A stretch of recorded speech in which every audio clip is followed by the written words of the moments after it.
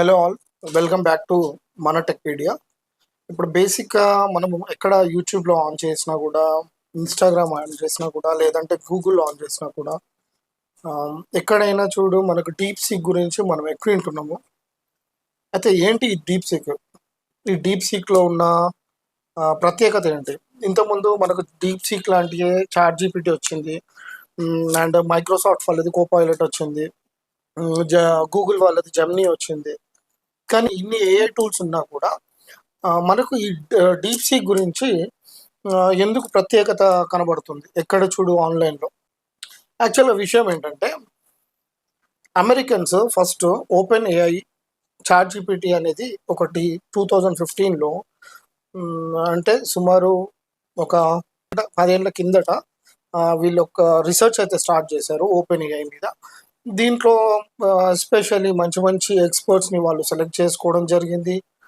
అందులో నుండి వీళ్ళు అందులో ఏంటంటే ఈ అమెరికన్స్, ఈ శామ్ ఆల్ట్మాన్ ఎవరైతే ఉన్నారో ఈయన చాలా డబ్బులు కూడా ఖర్చు పెట్టడం జరిగింది. కొన్ని ట్రిలియన్స్ ఆఫ్ డాలర్స్ దీనికి ఎక్స్పెన్స్ చేయడం జరిగింది.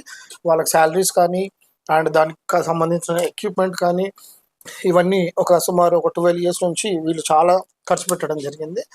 ఈ ఓపెన్ ఏఐ వచ్చిన తర్వాత ఫస్ట్ చాట్ జీపీటీ అనమాట. దీంట్లో ఏంటంటే మనకు ఎవరైతే నార్మల్ నాలెడ్జ్ ఉందో వాళ్ళకైతే కంప్లీట్గా ఫ్రీయే, కానీ ఎవరైతే అడ్వాన్స్ లెవెల్లో డెవలపర్స్ ఉంటారో వాళ్ళు మాత్రం ప్రో లెవెల్ కంపల్సరీ తీసుకోవాలి.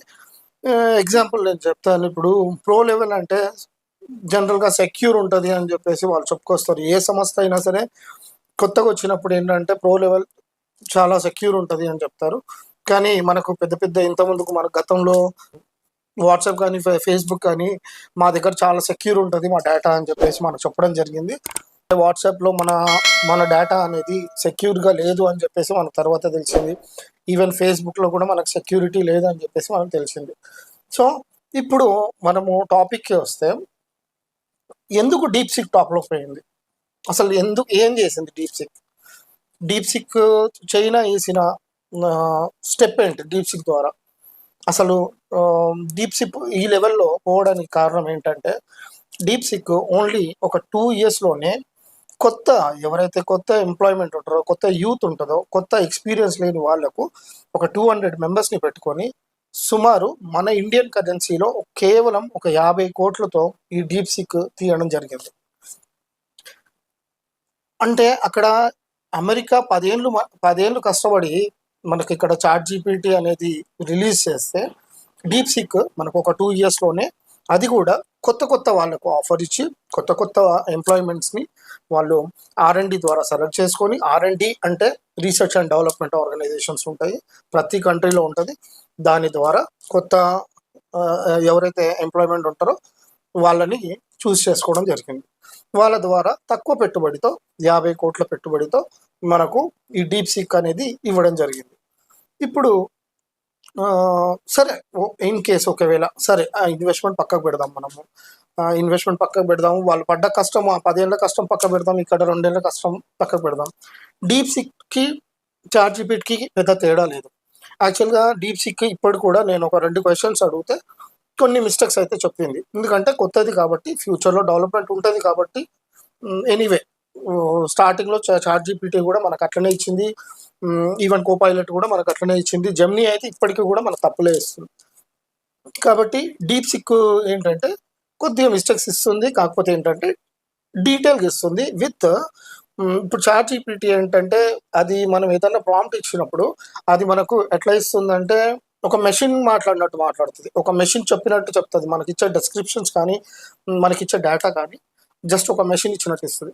కానీ డీప్ సిక్ ఎట్లా ఇస్తుందంటే, జనరల్గా ఒక లెక్చరర్ తన స్టూడెంట్స్కి ఆన్సర్ ఇస్తే ఎట్లుంటుంది, మన మనుషులము క్వశ్చన్ ఇచ్చుకుంటే ఆన్సర్ ఎట్లా వస్తుంది ఆ టైప్లో ఇస్తుంది.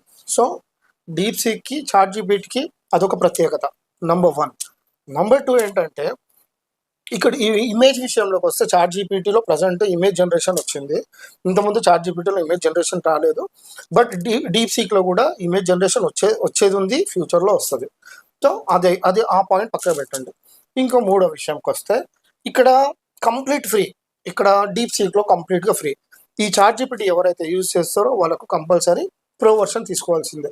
అంటే మనలాంటి ఇప్పుడు చిన్న చిన్న ఇండివిజువల్గా యూజ్ చేసేటోళ్ళు కాకుండా పెద్ద పెద్ద కంపెనీస్, ఈ పెద్ద పెద్ద డెవలపర్స్ ఉంటారు కదా, వీళ్ళందరూ ప్రో వర్షన్ తీసుకోవాల్సిందే. కానీ ఇక్కడ డీప్ సీక్లో ఏంటంటే ఫ్రీగా వాడుకోవచ్చు. కానీ ఒకటి, చైనా వాళ్ళు కనబెట్టిన దాంట్లో మనకు ఎంతవరకు సెక్యూర్ ఉంటుంది అనేది మనకు తెలియదు. అదైతే మీకు కూడా తెలిసిందే. సెక్యూరిటీ అనేది ఆ విషయంకి వస్తే మాత్రం మనం ఎట్లాంటి నమ్మకాలు పెట్టుకోలేము. సరే, ఇప్పుడు మన ఇండియా విషయానికి వద్దాం. అసలు ఈ ఏఐ రేస్లో, ఈ టెక్నాలజీలో ఇండియా ఏ పొజిషన్లో ఉంది? అసలు రేస్లో ఉందా లేదా? అక్కడ అమెరికా, చైనా టెక్నాలజీ పరంగా మంచి రేస్లో ఉన్నారు. కానీ ఇండియా ఎక్కడ ఉంది? ఏ పొజిషన్లో ఉంది? అసలు ఇండియా రేస్లో లేనే లేదు. ఎందుకు అంటే ఇక్కడ మనకున్న సిచ్యువేషన్స్, ఇక్కడ మన పొలిటీషియన్స్ సరిగ్గా లేక, మన పొలిటీషియన్స్కి ఎంతసేపు ఈ ఎలక్షన్ గెలిచిన తర్వాత నెక్స్ట్ ఎలక్షన్ ఎట్లా గెలవాలి, డబుల్ బెడ్రూమ్లు, రేషన్ కార్డులు, ఫ్రీ బస్సులు. ఇది నేను పర్టికులర్గా ఒక పార్టీని అనట్లే, ప్రతి పార్టీని నేను ఉద్దేశించి అంటున్నాను. ఎందుకంటే ఇక్కడ సెంట్రల్ది తప్పు ఉంది, స్టేట్స్కి కూడా తప్పు ఉంది. అక్కడ సెంట్రల్ సపోర్ట్ చేయాలి, ఇక్కడ స్టేట్ సపోర్ట్ చేయాలి. సరే, మన ఇండియాలో టాలెంట్ లేదా అని కాదు, బీభత్సమైన టాలెంట్ ఉంది. ఈవెన్ అమెరికాలో కూడా టాప్ కంపెనీస్లో 65% మన ఇండియన్ ఎంప్లాయీసే ఉన్నారు. మన ఇండియన్ యూత్ మాత్రమే అక్కడ మంచిగా వర్క్ చేస్తున్నారు, డెవలప్ చేస్తున్నారు.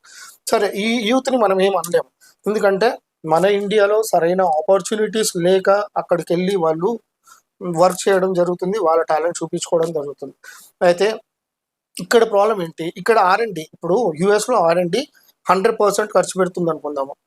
రీసెర్చ్ అండ్ డెవలప్మెంట్ అంటే యాక్చువల్గా ఏంటంటే ఎవరైతే కొత్త ఎంప్లాయీస్, మంచి నాలెడ్జ్ ఉన్న వాళ్ళు ఉంటారో వీళ్ళని సెలెక్ట్ చేసుకోవడము, వీళ్ళని ఎంకరేజ్ చేయడము, వీళ్ళ మీద ఇన్వెస్ట్మెంట్ పెట్టడము, వాళ్ళని ఎంకరేజ్ చేయడం, వాళ్ళకి కావాల్సిన ఎక్విప్మెంట్స్ ఇప్పించడము, దాన్ని R&D అంటారు. సో ఆ విషయంలో ఇప్పటి వరకు అమెరికా టాప్లో ఉండే, కానీ ఇప్పుడు చైనా R&D విషయంలో ఇంకా రీచ్ అయిపోయింది. ఒకప్పుడు చిన్న మాట చెప్తాను, ఒక 10 years బ్యాక్ ఒక చైనా ఫోన్ కొంటే అరే వీడిది చైనా ఫోన్ రాను అని విక్రించేది. అట్లాంటి చైనా ఈరోజు డీప్ సిక్ ద్వారా అమెరికాని ఒక రోజులోనే ట్రిలియన్స్ ఆఫ్ డాలర్స్ని లాస్ చేసింది. అంటే అక్కడ చైనా హార్డ్ వర్క్ చేయట్లేదు, స్మార్ట్ వర్క్ చేస్తుంది. ఇక్కడ మన ఏవైతే సాఫ్ట్వేర్ డెవలప్మెంట్ కంపెనీస్ ఉన్నాయో, విప్రో కానీ, ఇన్ఫోసిస్ కానీ, వీళ్ళు ఎక్కడ పెడుతున్నారు? వీళ్ళు హార్డ్ వర్క్ మీద వాళ్ళ ఎంప్లాయీస్ని, వాళ్ళ ఎవరైతే సాఫ్ట్వేర్ ఎంప్లాయీస్ ఉంటున్నారో, నేను వాళ్ళని కూడా ఏం ఉద్దేశం అనట్లేదు, వాళ్ళతోనైతే గొడ్డు షాకిరి చేపిస్తున్నారు పొద్దున రాత్రి అని లేకుండా. అంటే ఆ ప్రాజెక్ట్ ఏంటో తెలియదు వాళ్ళకు, ఆ ప్రాజెక్ట్ దేని గురించో తెలియదు, కానీ ప్రాజెక్ట్ ఇచ్చేయడం. అండ్ ఈవెన్ మేనేజర్కి, ఆ టీఎల్కి కూడా ఆ ప్రాజెక్ట్ ఏంటో తెలియదు, ఆ ప్రాజెక్ట్ గురించి ఎట్లా చేయాలో కూడా తెలియదు. కానీ ఇక్కడ ఎంప్లాయీస్ మీద మాత్రం ప్రెషర్ పెట్టడం జరుగుతుంది. సో వీళ్ళు ఏంటంటే కొత్త హార్డ్ వర్క్ మీదనే కాన్సన్ట్రేషన్ చేస్తున్నారు మన ఇండియన్స్, కానీ ఎక్కడ స్మార్ట్ వర్క్ అనేది కనబడట్లేదు. అంటే కొత్త వాళ్ళని ఎంకరేజ్మెంట్ చేయడం అనేది కనబడట్లేదు. ఇక్కడ మోడీ గవర్నమెంట్ కానీ, ఇటు స్టేట్ గవర్నమెంట్ కానీ ఎక్కడ యూత్ని సపోర్ట్ చేయట్లేదు, యూత్కి సరైన ఆపర్చునిటీస్ ఇవ్వట్లేదు. రెండో విషయానికి వస్తే, యూత్ ఎక్కడ, మన ఇండియాలో యూత్ ఈవెన్ నాలెడ్జ్ ఉన్నా సరే, మంచి ఇప్పుడు చదువుకుంటున్న పిల్లలు కూడా మోస్ట్ ఆఫ్ ది టైం ఇన్స్టాగ్రామ్లోనే స్పెండ్ చేస్తున్నారు. ఇన్స్టాగ్రామ్లో రీల్స్ చూడడము, వీటి మీదే స్పెండ్ చేస్తున్నారు. అటు యూత్కి అసలు యూత్ది తప్పు కాదు, వాళ్ళ ఏజ్ అట్లాంటిది. అటు తల్లిదండ్రులు సపోర్ట్ చేయట్లేదు, ఇటు గవర్నమెంట్ సపోర్ట్ చేయట్లేదు. ఇంకా ఎక్కడి నుంచి మనం రేస్లో పార్టిసిపేట్ చేస్తాం? ఇంకా ఫ్యూచర్లో ఈ ఏఐ లాంటివి చాలా వచ్చేవి ఉన్నాయి. ఇప్పటికైనా మనకు పోయింది ఏం లేదు.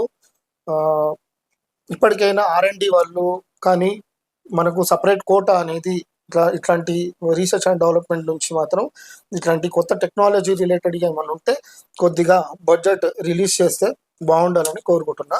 రెండో విషయంకి ఏంటంటే, ఇక్కడ మన ఇండియాలో ఉండే మెయిన్ ప్రాబ్లం ఏంటంటే, అక్కడ ఇండస్ట్రీస్కి, ఇక్కడ ఇన్స్టిట్యూట్కి కొలాబరేషన్ అనేది లేదు. అంటే ఇన్స్టిట్యూట్, ఇప్పుడు ఏఐకి రిలేటెడ్ ఇన్స్టిట్యూట్స్ ఉన్నాయి, కానీ ఆ ఇన్స్టిట్యూట్స్కి ఇక్కడ సాఫ్ట్వేర్ డెవలప్మెంట్ కంపెనీస్కి ఎట్లాంటి కొలాబరేషన్ లేదు, అటాచ్మెంట్స్ అనేది లేదు వీళ్ళిద్దరి మధ్యలో. సో మనం అక్కడ దెబ్బతింటున్నాము. మెయిన్ ఏంటంటే ఇక్కడ తప్పు ఎవరిది? అక్కడ మన ఇండియాలో టాలెంట్ లేదు అని నేను అంటే 100% మస్తు టాలెంట్ ఉంది. ఈవెన్ అమెరికన్స్తో కంపేర్ చేస్తే కూడా ఇండియాలో టాలెంట్ ఎక్కువ ఉంది. రీసెంట్గా ఇంకొక విషయం చెప్తాను. రీసెంట్గా శామ్ ఆల్ట్మన్, ఎవరైతే ఈ చాట్ జీపీటీ CEO ఉన్నాడో, ఆయన మన ఇండియాకి వచ్చినప్పుడు ఒక బిజినెస్ మ్యాన్, మన ఇండియన్ బిజినెస్ మ్యాన్ ఒక చిన్న ప్రశ్న అడిగిండు. ఏమనంటే, మేము ఇండియన్స్ చాట్ జీపీటీ లాంటి ఏఐ టూల్ని కనిపెట్టాలంటే మాకు సుమారు ఎంత టైం పడుతుంది అంటే, వాడు చాలా చీప్గా మనల్ని చాలా ఇన్సల్ట్ చేసిపోయాడు ఇక్కడ నుంచి. మీ ఇండియన్స్ వల్ల కాదు అని చెప్పేసి ఇండైరెక్ట్గా చెప్పిపోయాడు. మాకే 10 ఏళ్ళ టైం పట్టింది, మీకు ఎంత టైం పడుతుందో మేము చెప్పలేము అని చెప్పేసి ఇండైరెక్ట్గా అక్కడ ఉండే ఇండియన్స్ని, అక్కడ ఉండే బిజినెస్ మ్యాగ్నెట్స్ని ఘోరంగా ఇన్సల్ట్ చేసిపోయాడు. అంటే ఆ, ఆయన అక్కడ ఆ శామ్ ఆల్ట్మన్ చెప్పింది అబద్ధం. ఎందుకంటే ఇక్కడ చైనా ఆల్మోస్ట్ 2 years బ్యాక్ నుంచే ఈ డీప్ సీక్ అప్లికేషన్ మీద టార్గెట్ చేసుకొని వాళ్ళు అక్కడ ఈ రీసెర్చ్లో కూర్చున్నారు. దాని తర్వాత రీసెంట్గా ఆలీబాబా కూడా ఒక ఏఐ టూల్ రిలీజ్ చేసింది. సో అంటే ఆల్రెడీ చైనాలో 2 ఏఐ టూల్స్ అనేది ఉన్నాయని మనకి ఇక్కడ అర్థమవుతుంది. కానీ ఇక్కడ చైనా ఎట్లాగో శత్రువు దేశం. అమెరికాకి మన దేశానికి మంచి సంబంధాలు ఉన్నాయంటారు, కానీ అమెరికా మనకు ఎప్పుడు మన ఇండియన్స్ని కానీ, మన ఇండియన్ యూత్ని కానీ అక్కడ ఇండియన్ యూత్ని వాడుకుంటుంది, అక్కడ ఇండియన్ యూత్ని వాడుకుంటుంది. ఇక్కడ మన ఇండియన్స్ని ఎప్పుడు, మన ఇండియన్స్ని కానీ, మన ఇండియన్ బిజినెస్ మ్యాగ్నెట్స్ని కానీ, మన ఇండియాలో ఉండే పెద్ద పెద్ద సంస్థల్ని కానీ ఎంతసేపు డిస్కరేజ్ చేయడము, వాళ్ళని కాంపిటీషన్లో పార్టిసిపేట్ చేయకుండా డైవర్ట్ చేయడము, ఈ విషయంలో మాత్రం అమెరికా మనకి ప్రతిసారి దెబ్బతీస్తూనే ఉంటుంది. కాబట్టి ఇప్పుడు మనకున్న సిచ్యువేషన్స్లో మీరు ఈసారి ఓటు వేస్తే ఎవరికి ఓటు వేస్తున్నాం, ఎట్లాంటి వాళ్ళకి ఓటు వేస్తున్నాము, పథకాలు మనకు అవసరం లేదు. పథకాలతో కాదు, ఇట్లాంటి రేస్లో మనం ముందు ఉండాలి. ఇట్లాంటి రేస్లో మనం ముందు ఉంటేనే మనకు ఫ్యూచర్ బాగుంటుంది. ఈ పథకాలతోని కరెంట్ బిల్లు, ఫ్రీ బస్సులు, వీటితో మనకు పోయేది ఏమీ లేదు. మా అంటే 2 రోజులు ఇంకా ఎక్కువ కష్టపడతాం, రెండో డ్యూటీ చేస్తాం, లేదంటే పార్ట్ టైం చేసుకొని సంపాదించుకొని మనం కట్టుకోగలుగుతాం అవన్నీ. కానీ ఫ్యూచర్ మాత్రం ఆలోచించండి. ఎప్పుడు ఓటేసినా కూడా జాగ్రత్త చూసేయండి. చదువుకున్న వాళ్ళకి వేయండి. వాళ్ళు మనల్ని, మీ యూత్ని మాత్రం నేను ఒకటే అడుగుతున్నాను, మీరు మాత్రము ఈ సోషల్ మీడియాలో పాజిటివ్గానే వాడుకోండి, నెగిటివ్గా వాడుకోకండి. ఇట్లాంటి దాని మీద కాన్సన్ట్రేషన్ చేయండి. ఏఐ రిలేటెడ్ బీటెక్లో ఏఐ కోర్స్ కూడా వచ్చింది కదా, దాంట్లో వెళ్ళండి.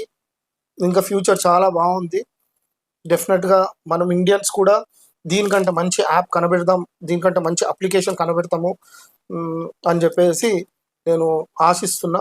మోర్ ఓవర్ ఏంటంటే, ఇప్పుడు అమెరికాలో చాట్ జీపీటీ స్టార్ట్ అయింది, కానీ డీప్ సీక్ చాట్ జీపీటీ కంటే కూడా డీప్ సీకే ప్లే స్టోర్లో డౌన్లోడ్స్ ఎక్కువ ఉన్నాయి. అంటే వాళ్ళ సొంత దేశంలోనే వాళ్ళు సపోర్ట్ చేసుకుంటలేరు. కాబట్టి ఫ్యూచర్లో ఇండియన్స్ కూడా ఇట్లాంటి యాప్ కంపల్సరీ అప్లికేషన్ డెవలప్ చేయాలని చెప్పేసి కోరుకుంటున్నా. అట్లనే పొలిటీషియన్స్ని కూడా, మీ చుట్టూ ఎవరైనా చదువుకున్న వాళ్ళు అన్ని ఏదో ఒక రంగంలో ఎవరైనా ఉంటే మాత్రం దయచేసి ఎంకరేజ్ చేయండి. టెక్నికల్గా మాత్రం కంపల్సరీ సపోర్ట్ చేయాలి. టెక్నికల్గా మన దేశం వెనుకబోతుంది. అండ్ రేస్లో కూడా ఉండకపోవడం అనేది మనకు చాలా సిగ్గుచేటు. ఎందుకంటే అసలు కంప్లీట్గా అక్కడ రేస్లోనే లేము మనం. ఇప్పటికైనా కూడా అమెరికాకి, చైనాకి ఈక్వల్ రేస్లో ఉండాలని నేను మనస్ఫూర్తిగా కోరుకుంటున్నాను. ఓం నమ శివాయ్. హర హర మహాదేవ్.